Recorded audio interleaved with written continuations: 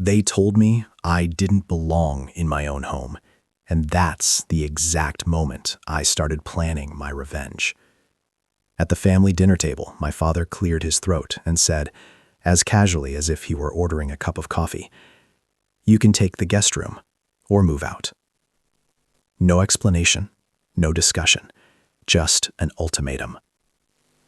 Across the table sat my older brother, Justin, and beside him, his wife, Miriam. She didn't speak, didn't even blink. She just smiled. Not the warm kind, a calculated, cold smile. The kind that says, "You're losing, and you don't even know it yet." For months, I'd felt it. The subtle shifts in the house, the whispered comments when I entered a room, the way conversations abruptly stopped when I asked questions. Justin didn't defend me anymore. And Miriam? She ran the house like it belonged to her. She claimed she was helping the family invest in real estate deals. Quick flips, hidden shell companies, appraisals that didn't make sense, contracts signed in secret. I tried warning my parents. They laughed. "You're overthinking it," my mother said. "Miriam knows what she's doing," my father added. Justin stayed silent. Silence. That told me everything. That dinner wasn't about space, or rooms, or respect. It was about control. They wanted me small, quiet, out of the way. Miriam leaned forward, pretending concern. "We just think it's healthier if everyone knows their place," she said.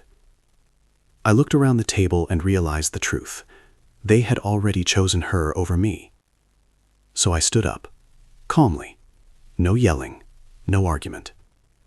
"Then I'll move out," I said. Her smile faltered for a brief second. She hadn't expected that.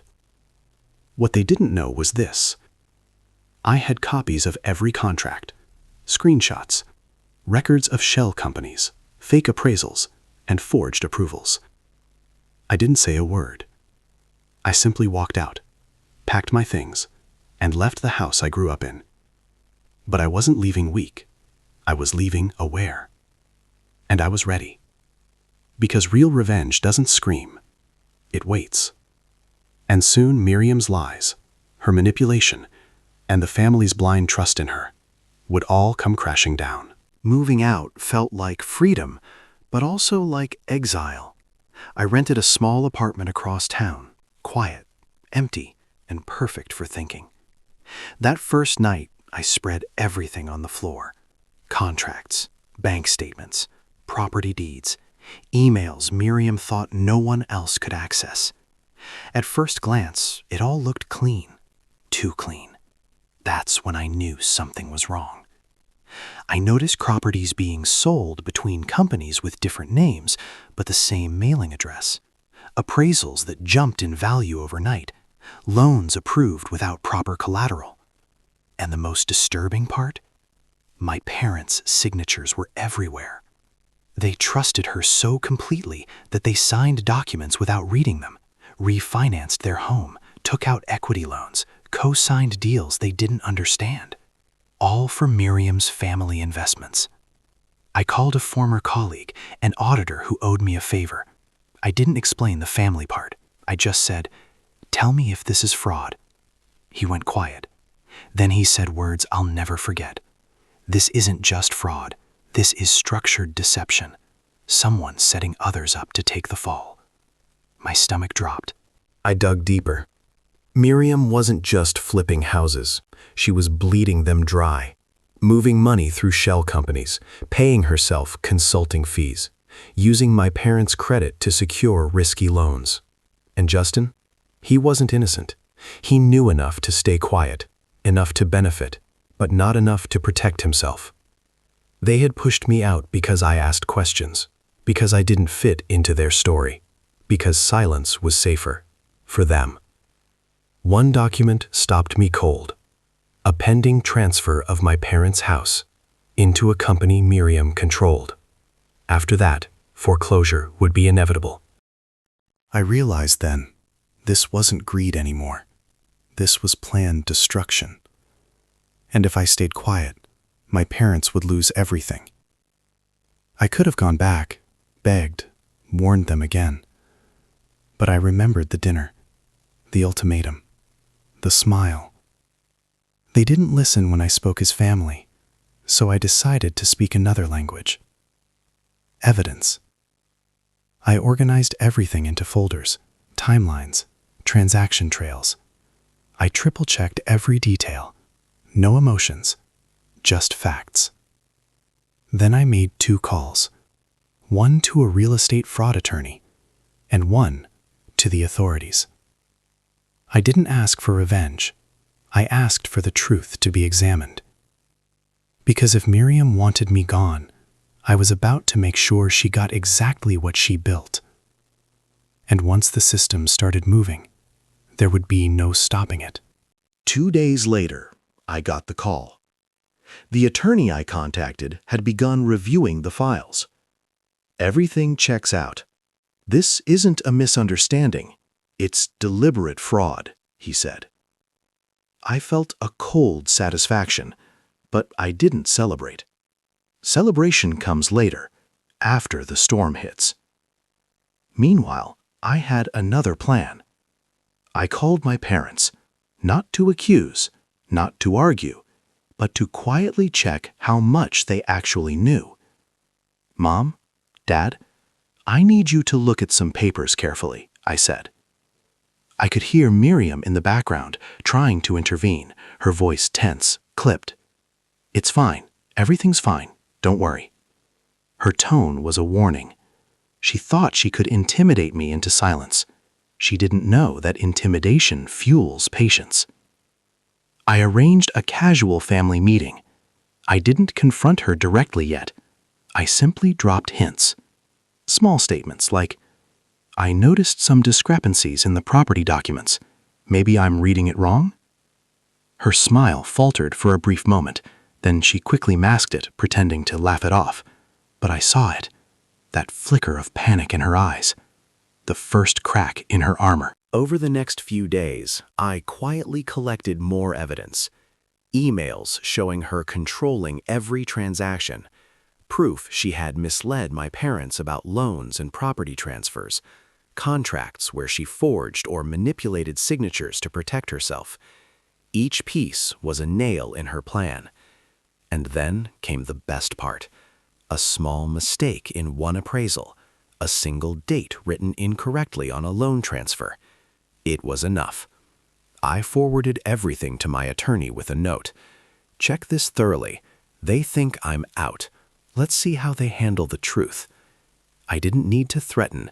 I didn't need to yell, because the law, the evidence, and timing would do the work for me. Meanwhile, Miriam started showing signs of panic. She stopped smiling around my parents. Her texts to Justin became frantic. She began over-explaining every transaction to anyone who would listen. The first domino was falling. And I stayed calm. I knew exactly when to push the next one. It didn't take long. Miriam thought she was untouchable. She had played the perfect wife, the helpful daughter-in-law, the cunning mastermind behind every deal. But she hadn't counted on me being patient. She hadn't counted on me noticing every small detail. She hadn't counted on evidence moving faster than her lies. The first sign came during dinner. I didn't speak of her schemes. I simply asked a casual question about one of the family investments. Her hand trembled slightly as she poured her wine. Her smile was tight, forced. She started over-explaining, rattling off numbers she had invented. My parents nodded slowly, confusion written all over their faces. Justin shifted uncomfortably, and Miriam's eyes, they darted toward me. She knew. I had seen her panic. That night, her texts began to come in, frantic, demanding, manipulative. You can't tell anyone. If you do, this family will fall apart. It's just a misunderstanding. Don't ruin everything. I didn't reply. I simply documented each message, every word, every threat, every slip. She had no idea that every line she sent would be used against her.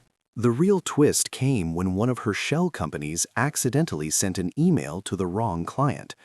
The client was confused. The loan documentation didn't match the property, and suddenly a small hint of her deception started spreading outside the family. Miriam's careful structure was cracking.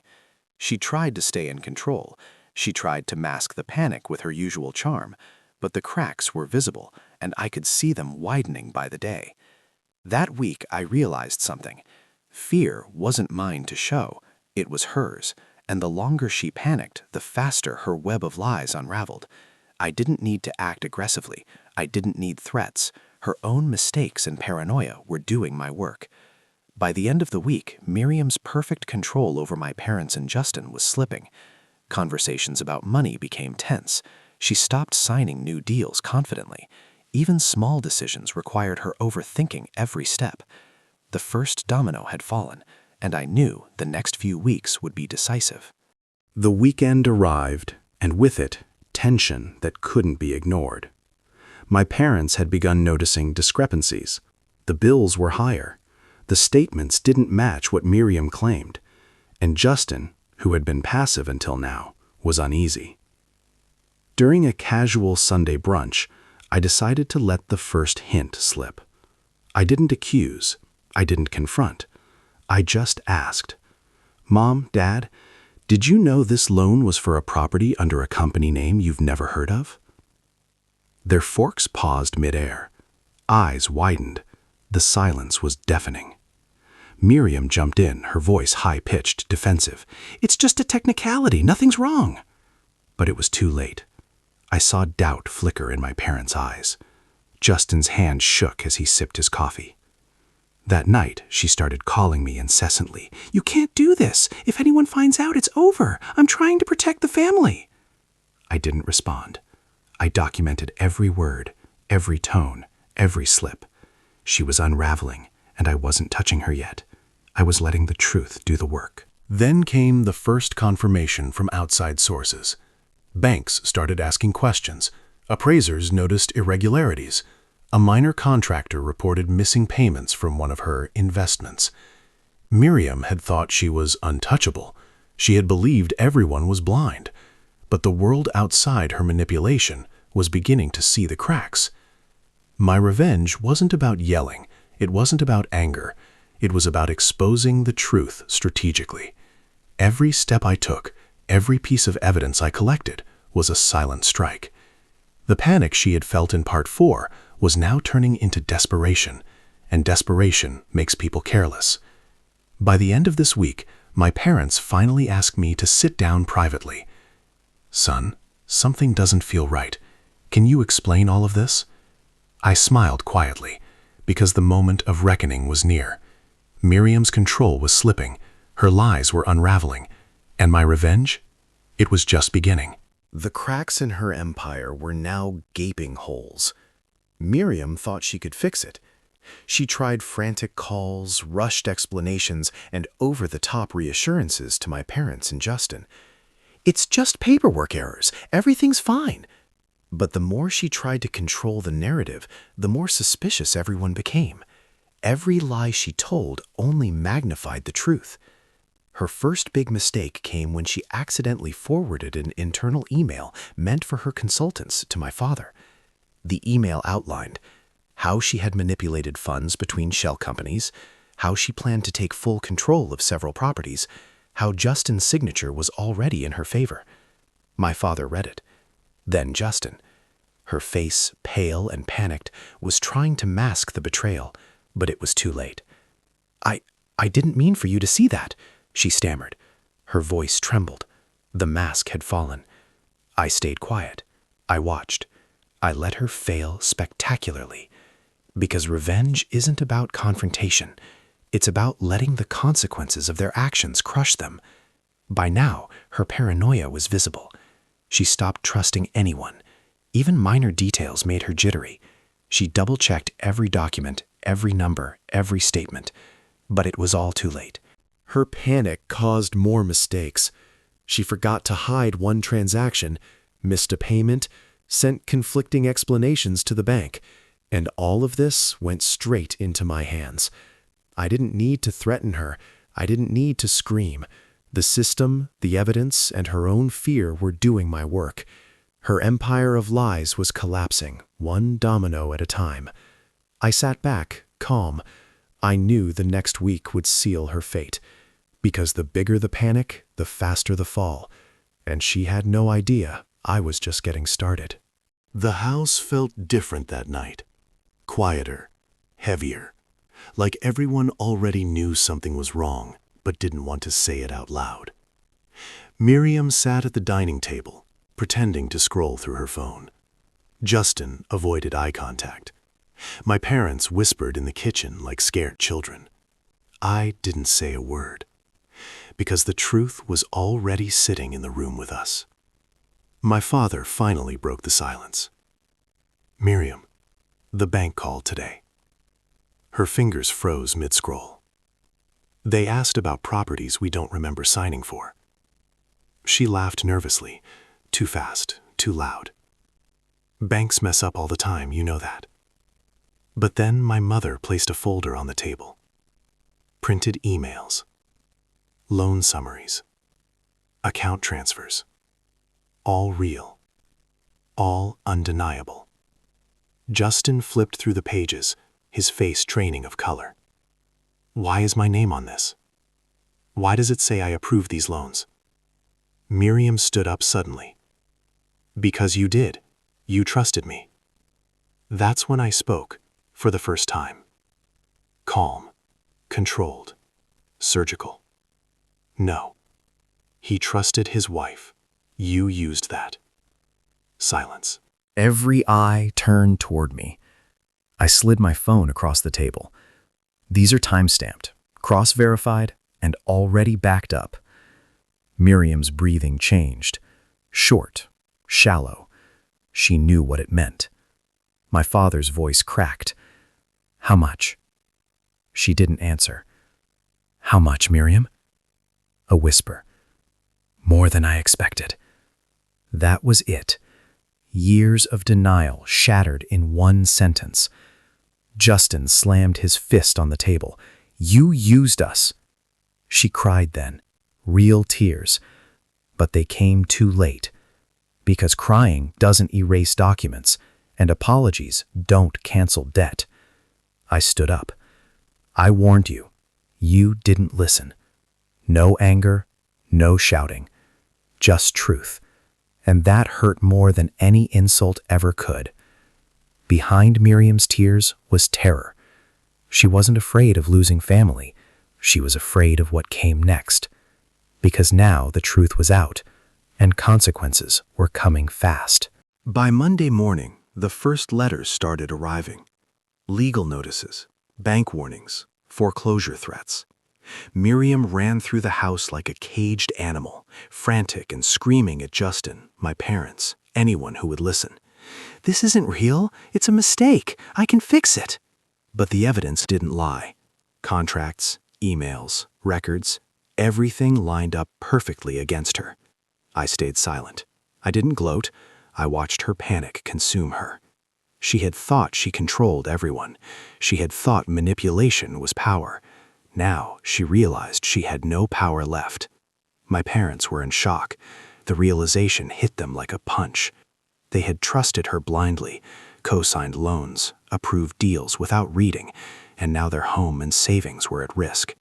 Justin tried to defend her, but he couldn't, because the law doesn't care about family ties. It only cares about facts. Miriam's every attempt to fix things only made it worse. She tried to call the banks personally. She sent frantic emails to contractors. She begged my parents to trust her again. And with every move, more mistakes surfaced. She had dug her own grave. I didn't interfere directly. I didn't threaten her. I let the system work. Because revenge isn't about violence. It's about letting people face the consequences of their own actions.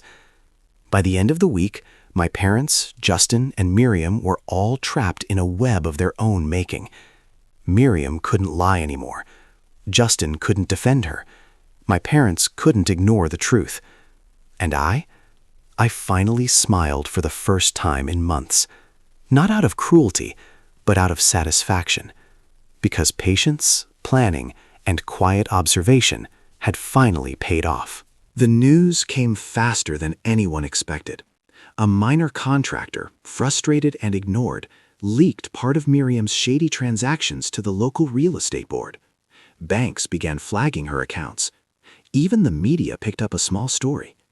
Local real estate agent under investigation for fraudulent transactions. Miriam panicked completely. She tried hiding behind my parents. She tried pleading with Justin. She even called me, her voice trembling. "You can't do this. It'll ruin everything." I didn't respond, because I didn't have to. Her fear was my revenge. That weekend, the family gathered again. This time, it wasn't a dinner. It was a reckoning. My parents held letters from banks. Justin read the headlines on his phone. Miriam's face went pale as she realized everyone knew. I can fix this," she stammered. "No," my father whispered. "You can't." Every eye in the room turned to her. No sympathy, no excuses. Just cold, hard consequences. The news came faster than anyone expected. A minor contractor, frustrated and ignored, leaked part of Miriam's shady transactions to the local real estate board. Banks began flagging her accounts. Even the media picked up a small story. Local real estate agent under investigation for fraudulent transactions. Miriam panicked completely. She tried hiding behind my parents. She tried pleading with Justin. She even called me, her voice trembling. "You can't do this. It'll ruin everything." I didn't respond, because I didn't have to. Her fear was my revenge. That weekend, the family gathered again. This time, it wasn't a dinner. It was a reckoning. My parents held letters from banks. Justin read the headlines on his phone. Miriam's face went pale as she realized everyone knew. I can fix this," she stammered. "No," my father whispered. "You can't." Every eye in the room turned to her. No sympathy, no excuses. Just cold, hard consequences. And then I spoke. "You thought you could control everyone. You thought lies would protect you. But lies always unravel." Miriam's shoulders slumped. Her facade shattered. She had lost the battle.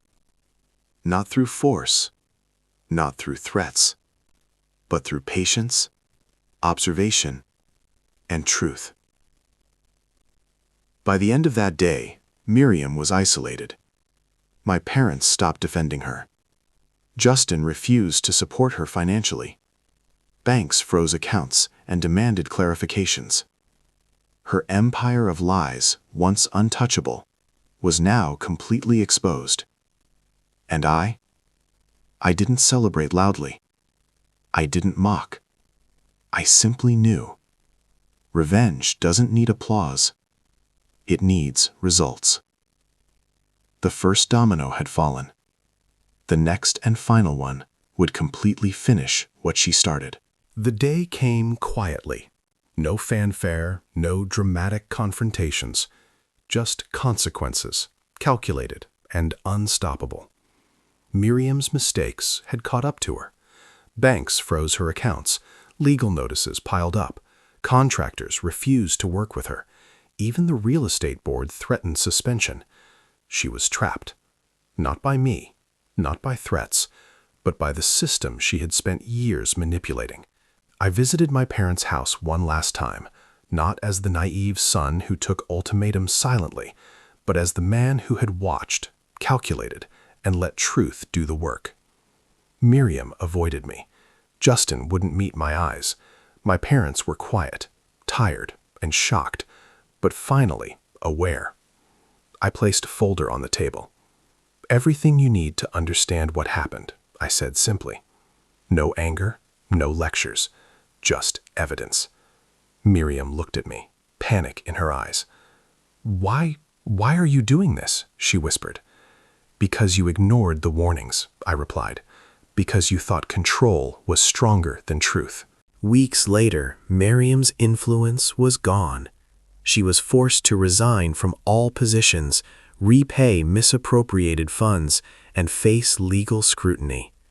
Justin and my parents began slowly rebuilding, wiser but humbled. And me? I didn't take revenge to hurt. I took revenge to protect myself, assert boundaries, and let justice run its course. I moved into my own life, free, unshackled, stronger. The lesson was clear. Lies can build empires, but truth always destroys them. Silence doesn't mean weakness. Patience can be more dangerous than rage. Family betrayal hurts the most, but standing firm, watching, and letting consequences unfold is the ultimate power. Miriam had thought she was untouchable. She had underestimated one thing. I don't seek revenge. I let it happen. And when it does, it's unstoppable.